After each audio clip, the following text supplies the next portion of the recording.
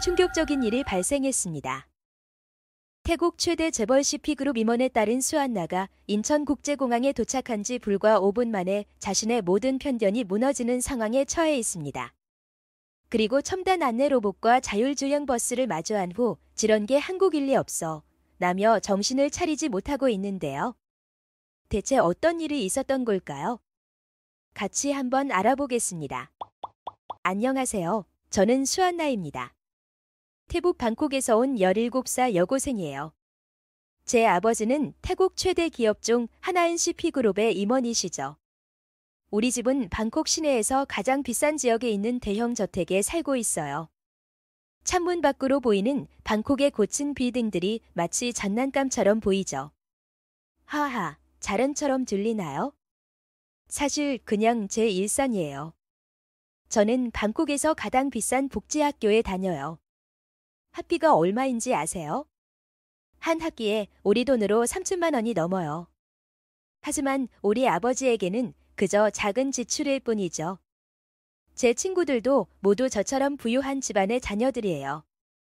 특히 제 가장 친한 친구 말리는 태국 최대 백화점 체인인 센트럴 그룹 총수의 딸이에요. 우리는 주말마다 방콕의 고급 쇼핑몰에서 만나 최신 명품을 구경하고 비싼 레스토랑에서 식사를 해요. 제 방에는 명품 가방이 30개가 넘어요. 샤넬, 루이비통, 에르메스 모두 생일이나 시험 성적이 좋을 때 부모님이 사주신 거예요. 제 옷장은 항상 최신 유행하는 옷들로 가득 차 있어요.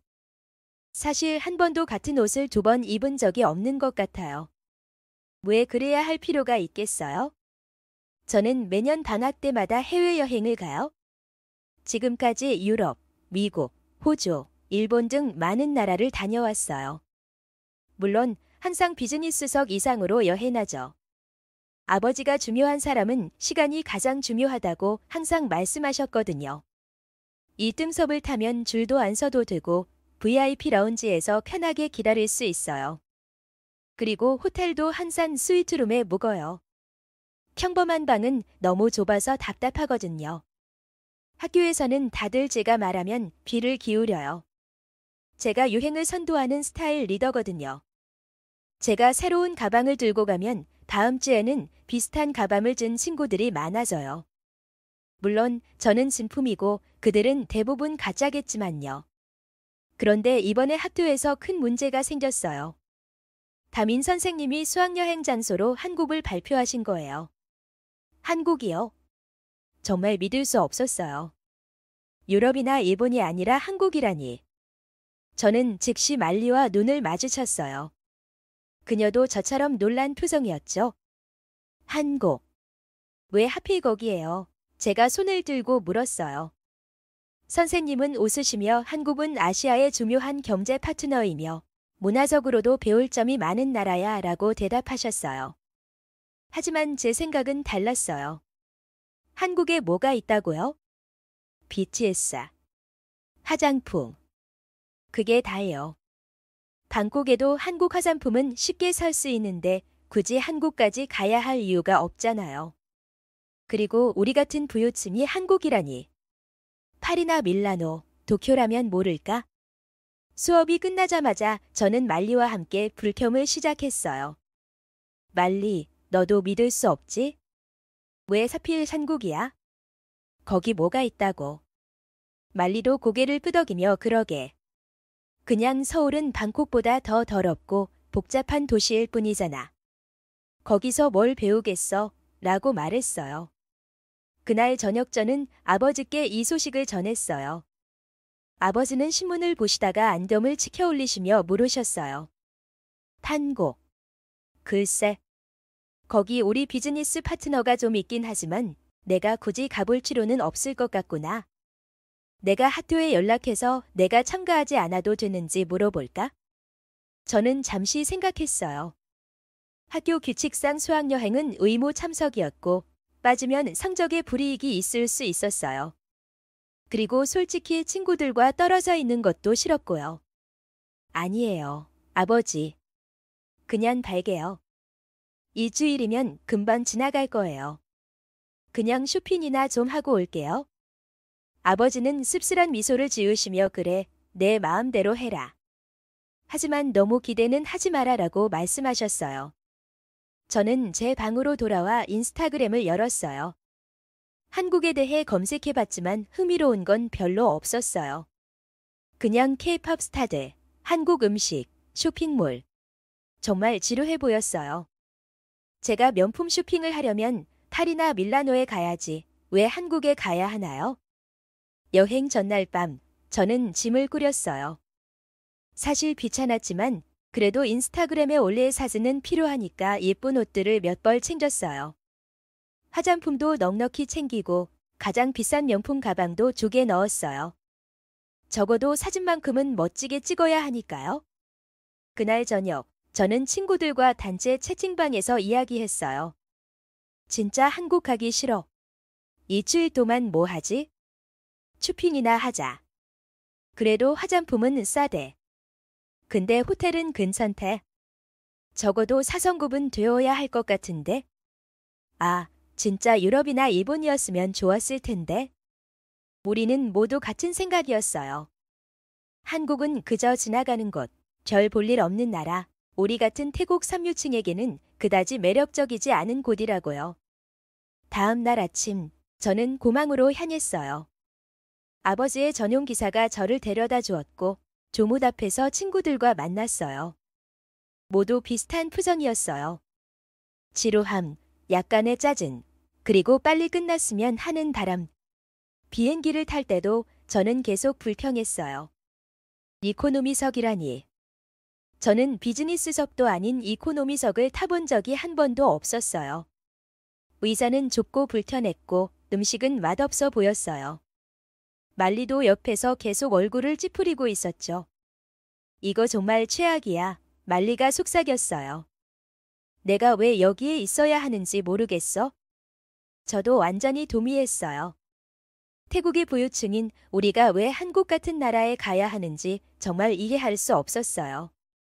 한국은 그저 K-팝과 화장품으로 유명한 나라일 뿐이고 우리는 이미 그런 것들을 태국에서도 충분히 접할 수 있었으니까요. 비행기가 이륙하면서 저는 창밖을 바라봤어요. 5시간 후면 서울에 도착한다고 하더군요. 5시간. 그리고 지루한 일주일이 기다리고 있을 거예요. 저는 한숨을 쉬며 눈을 감았어요. 그래, 일주일만 참자. 인스타그램용 사진이나 좀 찍고 오면 돼. 그때까지만 해도 저는 이 여행이 제 인생을 완전히 바꿔놓을 거라고는 상상도 못했어요. 인천국제공항에 발을 들이는 순간 제 모든 편견이 무너지게 될 줄은요. 비행기에서 내리자마자 저는 놀라움을 감출 수 없었어요. 인천국제공항의 첫인상은 정말 충격적이었거든요. 제가 지금까지 다녀본 어느 공항보다도 깨끗하고 현대적이었어요. 천장은 높고 탁 트여 있었고 바닥은 반짝반짝 빛나고 있었죠. 와, 여기 공항 진짜 멋있다. 옆에 있던 말리가 작은 목소리로 말했어요. 저도 동의하지 않을 수 없었어요. 하지만 아직 인정하고 싶지는 않았죠. 그래, 공항은 좀 괜찮네. 하지만 공항만 좋을 수도 있잖아. 우리가 입국장으로 걸어가는데 갑자기 귀여운 로봇이 우리 앞에 나타났어요. 둥글고 하얀 모양의 로봇이 화면에 태국어로 인사를 했어요. 안녕하세요. 인천국제공항에 오신 것을 환영합니다. 도움이 필요하신가요? 저와 말리는 서로를 쳐다보며 놀란 눈빛을 교환했어요. 이런 건 태국에서는 본 적이 없었거든요. 우리가 놀라서 대답을 못하고 있으니 로봇이 다시 말했어요. 제가 공항 안내를 도와드릴게요. 어디로 가고 싶으신가요? 친구들이 모두 모여들어 로봇 주변에 둘러섰어요. 모두 웃고 사진을 찍기 시작했죠. 저도 스마트폰을 꺼내 로봇과 셀카를 찍었어요. 로봇이 인사하는 모습이 너무 귀여웠거든요. 이거 진짜 신기하다. 제가 말리에게 말했어요. 태국에서는 본 적 없는데. 말리도 고개를 끄덕였어요. 맞아, 이런 거 처음 봐.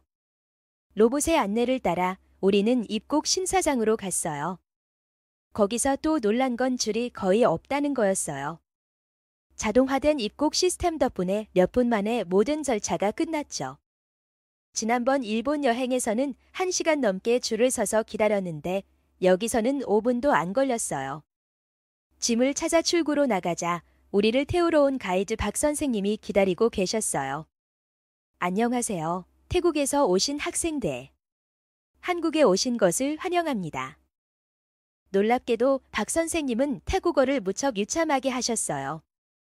우리에게 자기소개를 하시면서 한국과 태국의 관계, 경제 협력에 대해 설명해 주셨죠.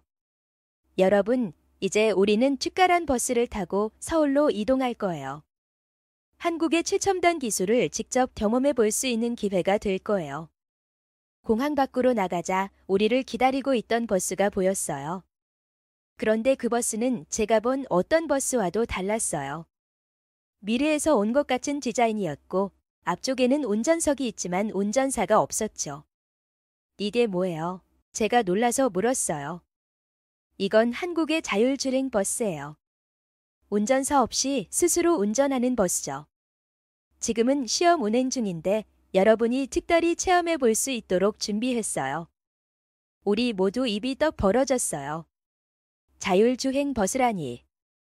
저는 이런 걸 영화에서만 봤는데 실제로 눈앞에 있다니 믿기지 않았어요. 버스에 올라타자 내부는 더 놀라웠어요. 모든 좌석에는 개인 태블릿이 설치되어 있었고 한국어와 태국어로 정보가 표시되고 있었죠. 창문도 그냥 창문이 아니라 터치스크린이었어요. 만지면 주변 건물이나 장소에 대한 정보가 나타났죠. 만리, 이거 봐. 창문을 터치하면 정보가 나와 제가 흥분해서 외쳤어요. 버스가 움직이기 시작했는데 정말 부드럽게 달렸어요. 운전사 없이도 차선을 정확히 유지하고 신호등도 자동으로 인식했죠. 버스 안에 있는 화면에는 주행 경로와 현재 속도, 도착 예정 시간 등이 실시간으로 표시되고 있었어요. 저는 창밖으로 펼쳐지는 서울의 모습을 보면서 생각했어요. 이게 내가 생각했던 한국일까? 왜 이렇게 첨단 기술이 발달한 거지? 박 선생님이 마이크를 들고 설명을 시작하셨어요. 여러분, 지금 우리가 타고 있는 이 자율주행 버스는 한국의 현대자동차와 삼성전자가 공동으로 개발한 최첨단 기술이에요. 한국은 인공지능, 로봇, 반도체 등 첨단 기술 분야에서 세계를 선도하고 있어요. 그 말을 듣는 순간 저는 문득 아버지가 회사에서 한국 기업들과 거래한다고 했던 말씀이 떠올랐어요. 그때는 별로 관심이 없었는데 이제는 그 의미가 조금씩 이해되기 시작했어요. 버스가 서울 시내로 들어서면서 저는 고층 빌딩들과 깔끔한 거리를 볼 수 있었어요. 방콕과는 다른 느낌이었죠. 더 질서 있고 더 깨끗하고 더 체계적인 느낌이었어요. 우리 첫 목적지는 디지털 파빌리온이에요. 한국의 첨단 기술을 직접 체험해 볼 수 있는 곳이죠. 박 선생님이 말씀하셨어요. 버스가 멈추고 우리는 모두 내렸어요. 건물 앞에 서서 저는 생각했어요. 이게 진짜 한국인가? 내가 생각했던 것과 너무 다른데? 디지털 파빌리온에 들어서자마자 또 다른 놀라움이 기다리고 있었어요. 입구에서 우리를 맞이한 건 사람이 아니라 인공지능 안내원이었거든요. 스크린 위에 나타난 가상의 안내원이 태국어로 인사하며 우리를 환영했어요. 안녕하세요. 태국에서 오신 학생 여러분. 디지털 파빌리온에 오신 것을 환영합니다. 오늘 여러분은 한국의 첨단 기술을 직접 체험하실 수 있습니다. 그 안내원의 안내를 따라 우리는 다양한 체험관을 돌아다녔어요. 가상현실, VR, 체험관에서는 특수 안경을 쓰고 서울의 역사를 3D로 여행했고 인공지능 체험관에서는 AI와 대화하며 놀았어요. 로봇 체험관에서는 로봇이 그림을 그리고 음악을 연주하는 모습을 봤죠. 특히 놀라웠던 건 스마트시티 체험관이었어요. 서울 전체가 하나의 컴퓨터처럼 연결되어 있다는 설명을 들었을 때 저는 정말 미래에 온 것 같은 기분이었어요. 여기 너무 신기하다. 저도 모르게 중얼거렸어요. 말리가 제 옆에서 속삭였어요. 수안나, 너 아까부터 계속 한국 기술에 감탄하고 있어. 처음에는 한국 무시했잖아. 저는 부끄러워하며 웃었어요. 맞아. 내가 너무 편견을 가지고 있었나 봐. 이 모든 게 정말 놀라워. 체험관 투어를 마치고 나올 때 저는 완전히 다른 사람이 된 것 같았어요. 불과 몇 시간 전만 해도 한국을 무시하던 제가 이제는 한국의 기술력에 완전히 매료되어 있었거든요. 우리가 나오는 길에 한 남자분이 우리에게 다가오셨어요. 그분은 김 박사라고 자신을 소개하셨는데 삼성전자의 수석 연구원이라고 하셨어요. 여러분이 태국에서 온 학생들이라고 들었어요. 우리 전시반은 어땠나요? 우리 모두 엄지손가락을 치켜 세우며 감탄을 표했어요. 저는 용기를 내서 질문했어요. 김 박사님, 한국은 어떻게 이렇게 첨단 기술이 발달하게 되었나요? 김 박사님은 미소를 지으며 대답하셨어요. 좋은 질문이네요. 한국은 자연 자원이 별로 없어요. 그래서 우리는 사람의 지식과 기술력에 투자해왔죠. 교육을 중요시하고 연구개발에 많은 돈을 투자했어요. 그 결과 지금의 한국이 되었답니다. 그 말을 듣는 순간 저는 깊은 감동을 느꼈어요. 자원이 없는 나라가 사람의 힘으로 이렇게 발전할 수 있다니 정말 놀라웠거든요. 그리고 태국은 한국의 중요한 파트너예요. 우리는 태국과 많은 기술 협력을 하고 있죠. 저는 그제서야 아버지가 왜 한국 기업들과 비즈니스를 하는지 이해하게 되었어요. 그들의 기술력이 정말 대단했으니까요. 호텔로 향하는 버스 안에서 저는 창밖을 바라보며 생각에 잠겼어요. 불과 5시간 전만 해도 저는 한국을 무시했어요. 그런데 지금은 한국의 기술력과 발전 속도에 완전히 매료되었죠. 그날 밤 호텔방에서 저는 아버지께 전화를 걸었어요. 아버지, 한국이 정말 놀라워요.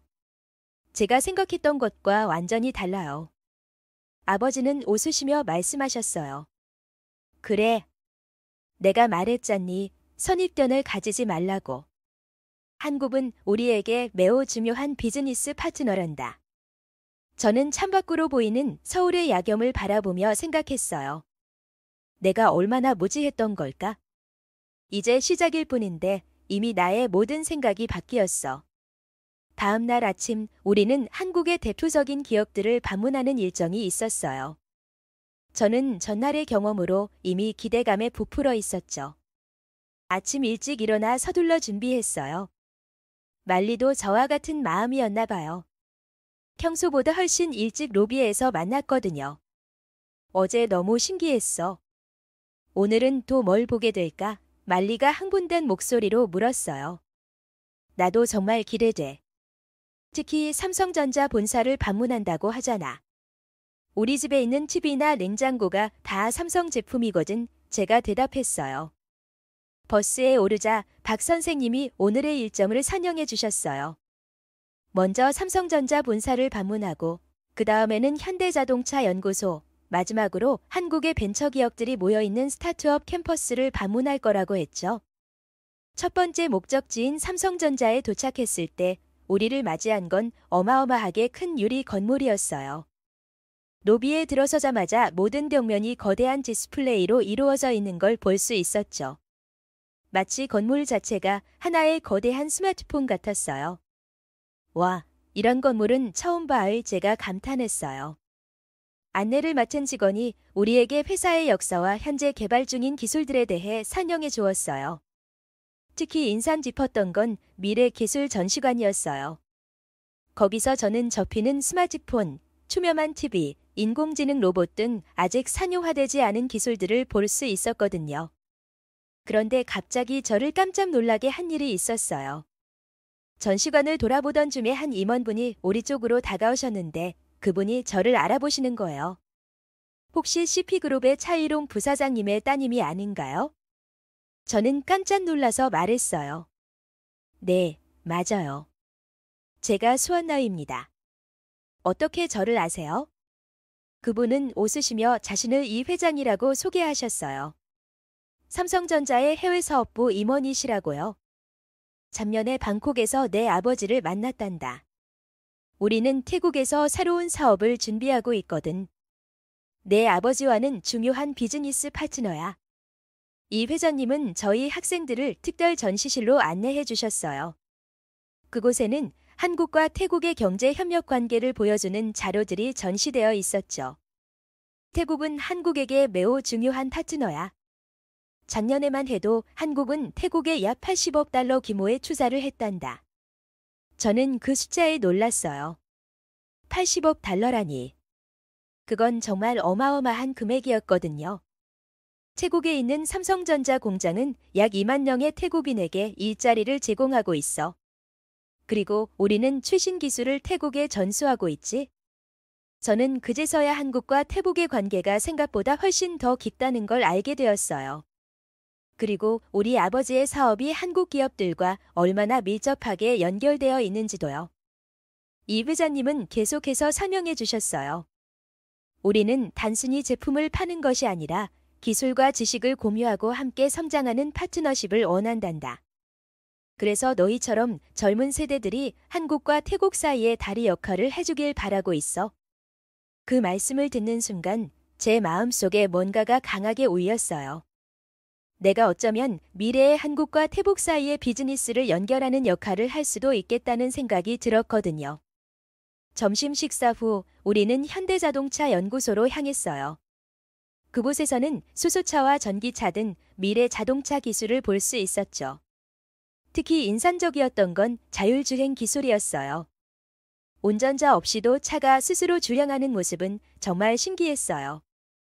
연구소 투어를 마친 후 저는 말리와 함께 조용히 대화를 나눴어요. 말리, 너 생각해봐. 우리가 처음에 한국을 얼마나 무시했었는지. 그런데 지금은 내가 정말 부끄러워. 말리도 고개를 끄덕였어요. 맞아. 나도 그래. 특히 아까 내 아버지와 이 회장님이 비즈니스 파트너라는 거 듣고 더 놀랐어.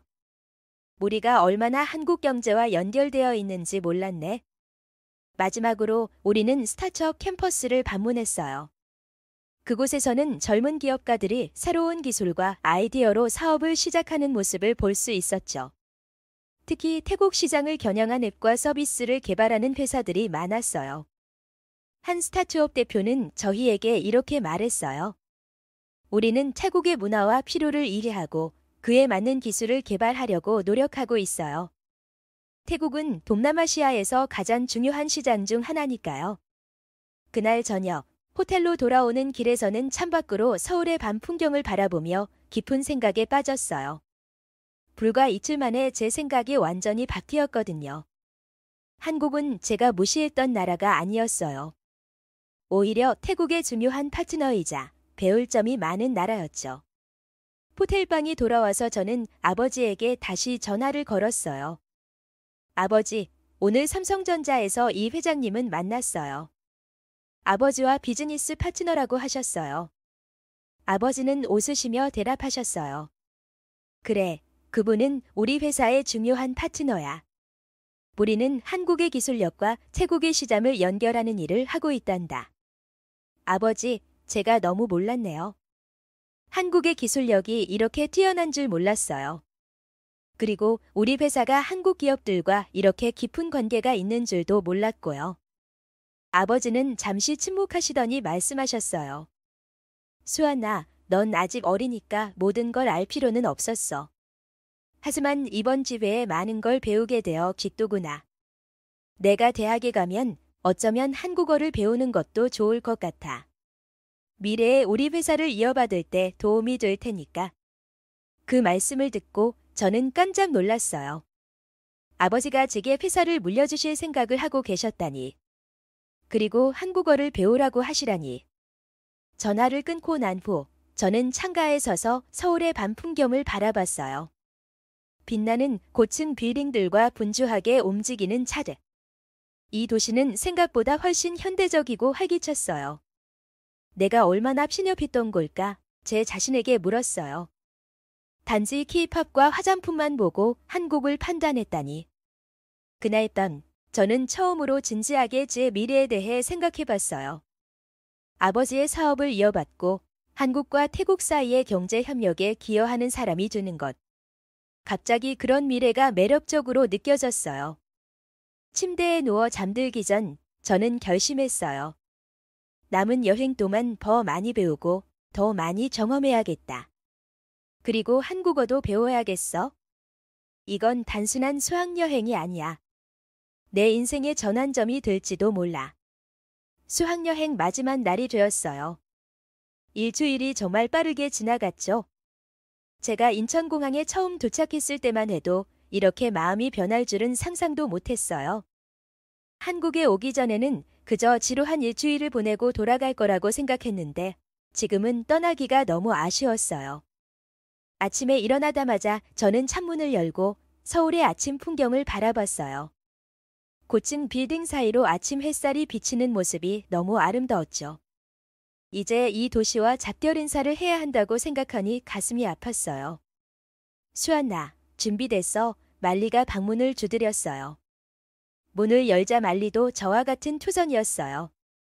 시간이 너무 빨리 지나간 것 같다며 아쉬워하고 있었죠. 말리, 나 한국 떠나기 정말 싫어. 제가 솔직하게 말했어요. 나도 그래. 처음에는 정말 오기 싫었는데 이제는 더 있고 싶어. 특히 어제 본 그 스타트업 회사들 정말 멋있었어. 나도 나중에 그런 회사를 세우고 싶어. 우리는 함께 로비로 내려갔어요. 다른 친구들도 모두 비슷한 마음인 것 같았어요. 처음에는 불만이 가득했던 아이들이 이제는 한국에 대해 신나게 이야기하고 있었거든요.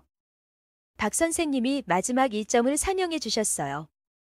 오전에는 서울의 남산타워를 방문하고 점심에는 한식 요리 체험을 한 후 오후에 인천공항으로 이동한다고 하셨죠. 남산타워에 올라가서 서울 전체를 내려다보니 정말 멋졌어요.